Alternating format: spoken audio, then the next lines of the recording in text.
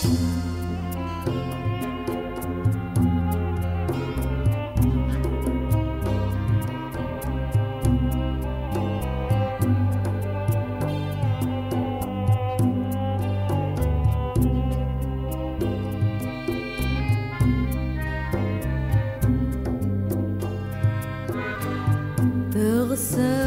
kisah seorang panglima perang di tanah Simpang, gagah perkasa melawan Belanda, bertaruh nyawa demi rakyatnya. Semuanya sangat berkesan buat saya, tapi ada beberapa scene yang dijadwalkan karena aktor mendadak, jadi saya pas di luar kota tidak bisa mendampingi, tapi tetap berkomunikasi dengan produser, kawan teman DOP, Astrada. Terima kasih dengan Pak Astrada, dengan timnya. Alhamdulillah berjalan dengan baik. Kampung sepuncak. Menyusuri Sungai Simpang tuh keren, tau nggak? Keren banget. Terus apalagi kita lewat menggunakan masih kendaraan tradisional, perahu gitu ya, tidak speedboat atau lain sebagainya. Kalau untuk kendala mungkin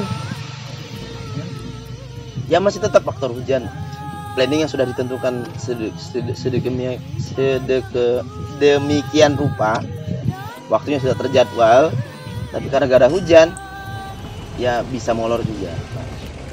Kesulitan sih pasti ada, pasti kalau di lapangan tuh kadang masalah waktu, kadang kan harus misalkan satu scene kasih waktu sekian menit dan lain sebagainya. Kita masih mau menentukan misalkan cuaca atau pencahayaan yang belum pas dan lain sebagainya. Itu kadang jadi trouble, kadang juga blank kepala kan, alah waktu ini udah mepet tapi gambar belum dapat, kadang seperti itu.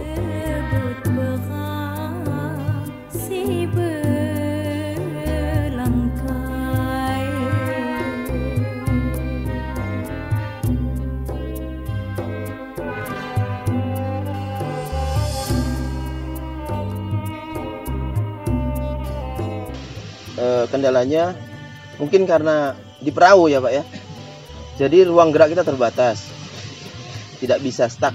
Gambar yang akan diambil tidak, objek yang diambil tidak bisa diam gitu, karena terbawa oleh arus, jadi bergerak lagi. Gambar yang sudah kita ambil frame-nya bagus misalnya, karena arus sedikit berubah, akhirnya ya pelan-pelan ngambilnya. Itu juga yang menghambat, akhirnya durasi agak panjang. Yang kita planning 1 jam selesai bisa 1,5 jam gara-gara perubahan itu. Kita perlu sampan, ternyata sampan kita tidak dapat, ya terpaksa kita pakai kato. Jadi saya berpikir ini akan bagus atau enggaknya pengambilan gambar, karena kato itu dia pakai tertutup. Tapi setelah saya komunikasi dengan kameramen, itu bisa kita atasi. Ya udah kita jalani. Tapi secara umum ketika kita menyusuri Sungai Simpang ini, saya udah berapa kali sering ke sana kan. Jadi merasakan sekali bagaimana teman-teman ini memiliki semangat ketika menyusuri Sungai Simpang, itu luar biasa sekali. Mendek ini mau buku ya. Jadi kita sebenarnya. Bendekok jantung. Dan belagai sukses. Hidup negeri Simpang. Baik, sebelumnya saya kenalkan dulu. Assalamualaikum warahmatullahi wabarakatuh. Nama saya Ahmad Yani. Dalam film Perang Belang Kait ini, saya berperan sebagai Cik Laban. Nah, Cik Laban ini adalah seorang tokoh budayawan yang berkisah kepada 2 orang mahasiswa yang penasaran tentang sejarah Perang Belang Kait di Kerajaan Simpang. Maka dalam scene per scene, Cik Laban ini selalu berkisah kepada 2 orang anak muda ini yang selalu penasaran ini, supaya anak muda ini tahu tentang sejarah dan pentingnya sejarah itu.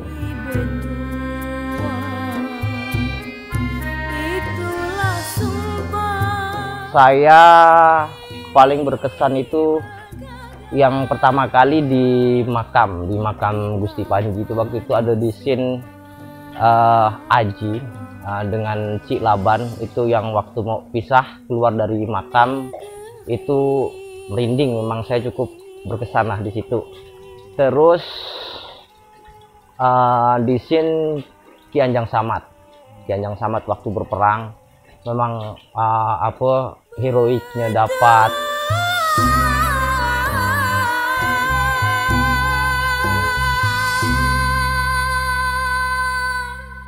Ketika kita memasuki area bekas kerajaan ya, yang tertinggal kan sekarang tinggal area makam Gusti Panji dan puing-puing, terus reruntuhan itu ada kayu-kayu, dan di pintu gerbang itu ada meriam bujang koreng. Tersebut kisah seorang panglima. Waktu itu tuh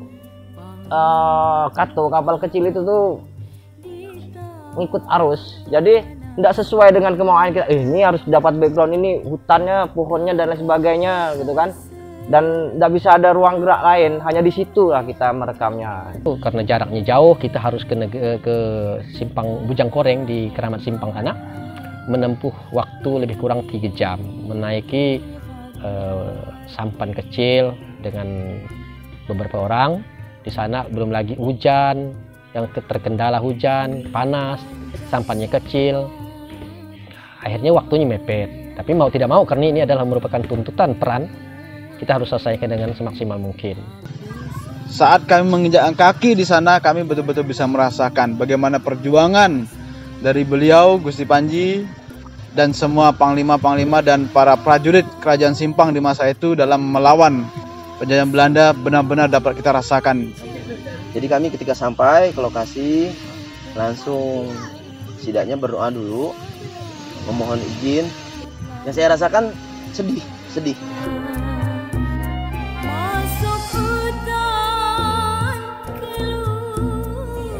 Insya Allah kami akan mengangkat kembali cerita perjuangan yang heroik yang telah dilakukan oleh para leluhur kami, terutama Yang Mulia Sri Paduka Gusti Panji dalam peristiwa Perang Belangkait.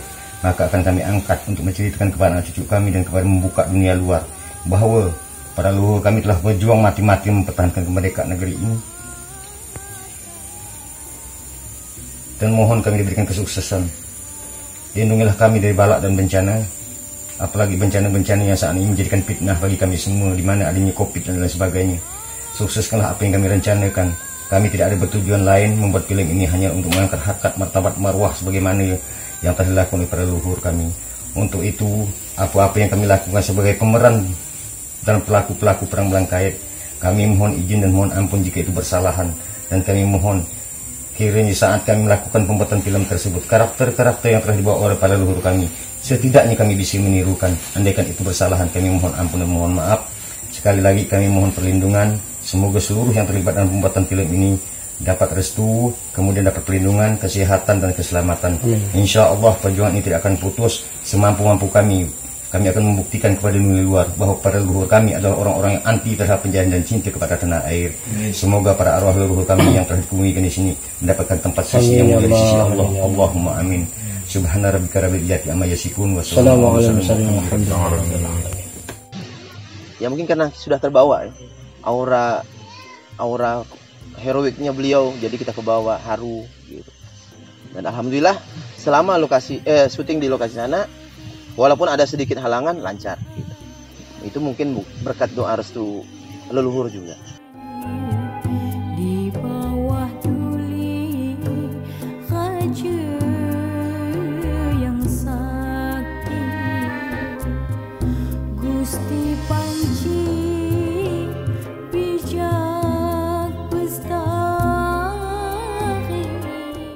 Kita melihat heroiknya beliau dulu, terus membandingkan dengan lokasi yang sekarang gitu. Jadi terbalik 180 derajat. Dulu kan kita membayangkan beliau adalah seorang raja, udah gitu berjuang untuk masyarakat. Sekali kita melihat sekarang tempat peristirahatan terakhirnya, puing-puing peninggalan beliau, rasanya nelongso. Sedih lihatnya, karena ternyata apresiasi anak milenial yang sekarang terhadap orang yang dulu memperjuangkan daerahnya sendiri itu serasa gimana ya, nggak ada gitu, kita bilang nggak ada. Jadi kepada generasi milenial, generasi muda, dengan adanya film ini, saya berharap mudah-mudahan ini bisa menjadi sebuah monumen sejarah pada masa lalu yang saat ini kita buat kembali, kita abadikan untuk di masa yang akan datang, dan dapat menjadi sebuah referensi dan spirit serta semangat untuk membentuk jiwa dan karakter kita, bahwa kita orang daerah, kita anak daerah, kita memiliki identitas sebagai pelaku sejarah, pernah menjadi Tanah Simpang pernah menjadi sebuah pelaku sejarah yang penting di masa itu dan sejajar dengan kerajaan-kerajaan lain yang ada di Nusantara. Jadi inilah seorang narasi atau pembawa cerita. Kalau dilihat sepintas, mungkin kalau para penonton mungkin berpikir, ini Cik Laban ini enak, ini adegannya hanya cerita santai aja. Pada dasarnya adalah ada kesulitan beberapa hal yang tadi saya ceritakan tadi. Gimana teorinya? Kalau mereka yang beradegan dengan adegan kelahi dan sebagainya, mungkin kesulitannya mereka harus mengatur pernapasan dan sebagainya dengan gerak dan sebagainya. Kalau saya, maka cara mensiasatinya adalah mengetahui alur cerita. Jadi kita tidak mesti menghafal tag per tag atau dialog per dialog, sampai kadang-kadang satu dialog itu sampai 5 baris atau 10 baris. Kita hanya tahu saja kuncinya, cue-nya, kuncinya apa yang diceritakan. Kalau kuncinya ketika itu bahwa contoh cerita tentang Gusti Panji mau dibawa naik kapal, yang penting kita tahu sejarah bahwa Gusti Panji itu mau dibawa ke Batavia tapi gagal. Nah, itu tinggal kita perankan, kita improv maksudnya. Kalau kita hanya menonton kepada dialog yang dibuat oleh penulis naskah, ya tak akan pernah selesai. Jadi tinggal pandai-pandai kita lah. Yang penting tujuannya benar gitu, itu maksudnya. Itu sebelum produksi emang sudah dibedah bersama penulis dan sutradara. Jadi kita sudah membayangkan gambar itu dan kita sudah punya planning, satu kamera master, satu kamera close up. Nah, setelah itu metodenya, setelah ambil master selesai, master wide ya, satu master close up, satunya master wide, jadi satu gambar. Setelah itu baru kita ambil cut to cut untuk insetnya aja, untuk detail gitu, detail orang yang ngomong, siapa yang ngomong gitu, kita detail.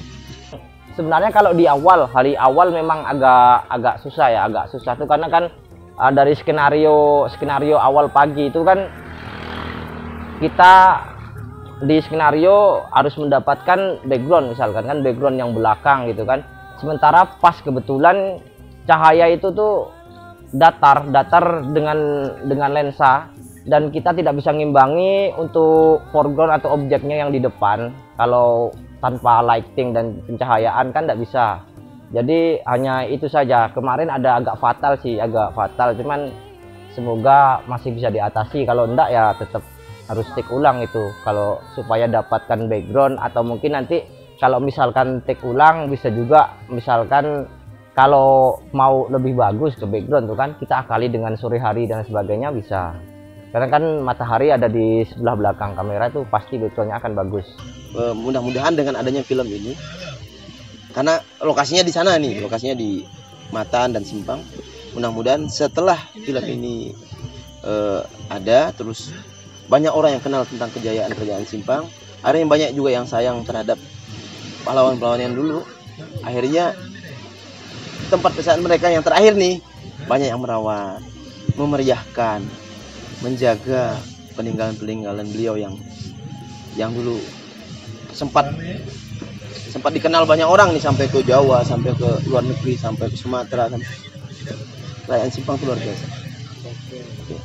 Karena scene-nya terlalu banyak, untuk Cik Laban ini sampai 14 scene yang ada dialognya, dan dialognya pun panjang-panjang, maka mau tidak mau menghafal siang ke malam, malam ke siang. Itu yang pertama. Yang kedua, ketika dialog kita dituntut untuk berbahasa dengan bahasa Simpang yang asli, Simpang Melayu zaman dulu gitu. Banyak contoh-contohnya. Jadi bahasanya bukan bahasa Melayu yang sekarang, tapi bagaimana supaya bahasa Melayu zaman dulu ini ada seperti bahasa-bahasa yang kadang-kadang anak muda sekarang pun tidak tahu gitu. Nah, itu. Kemudian dalam bercerita juga Cik Laban dituntut supaya menyampaikan dengan intonasi yang benar, titik koma yang benar.